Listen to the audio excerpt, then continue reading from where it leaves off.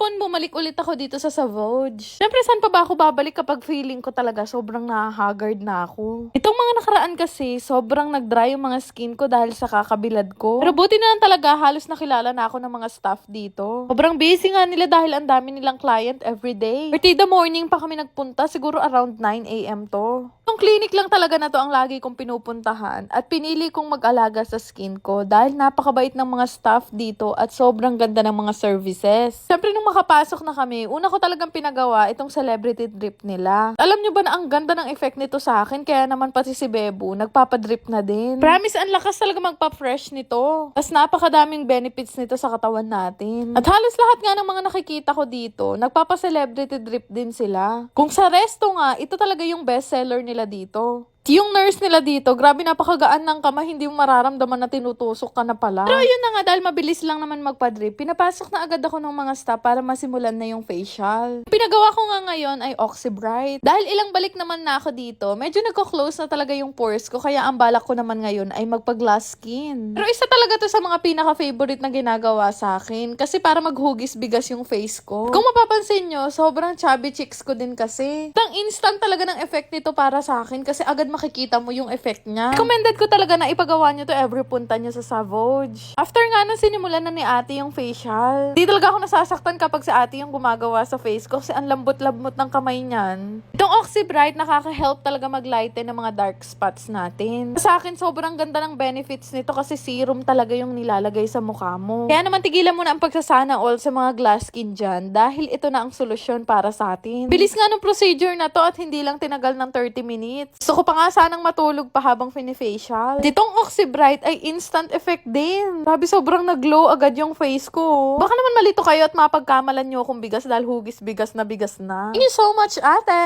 Sa kabilang room naman, nandun naman si Bebo at yung ginawa naman sa kanya ay Oxyjet. Oxyjet naman daw ang gusto niya para daw mag-close yung mga pores niya. Sa totoo lang yung type ng skin ni Bebo, hindi siya masyadong tigyawatin. Alam nyo ba na dito lang sa Savage yan nagpa-facial? At ayaw niya talaga magpa-facial sa iba kasi sabi niya yung staff daw dito, kabisado na daw yung skin niya. Ang taray, di ba? Pero syempre dahil ako yung laging kasama ni Bebo, nakikita ko talaga na nag-glow-glow yung skin niya dito. Grabe, sobrang laki ng pinagbago sa skin niya before, sa skin niya ngayon. Sabi ko nga sa inyo, kapag dito kayo nagpaalaga sa Savage, instant glow up talaga ang mangyayari sa inyo. Kaya no wonder talaga kung bakit dinudumog at laging mahaba ang pila dito sa Savage. Dahil sobrang galing ng mga services nila dito at very effective talaga. Kaya suking-suki na talaga kaming dalawa ni Bebo dito. Kaya naman mag-visit na rin kayo dito sa Savage Medical Aesthetic Clinic. Located dito sa Friendship Highway, Angeles City, Pampanga.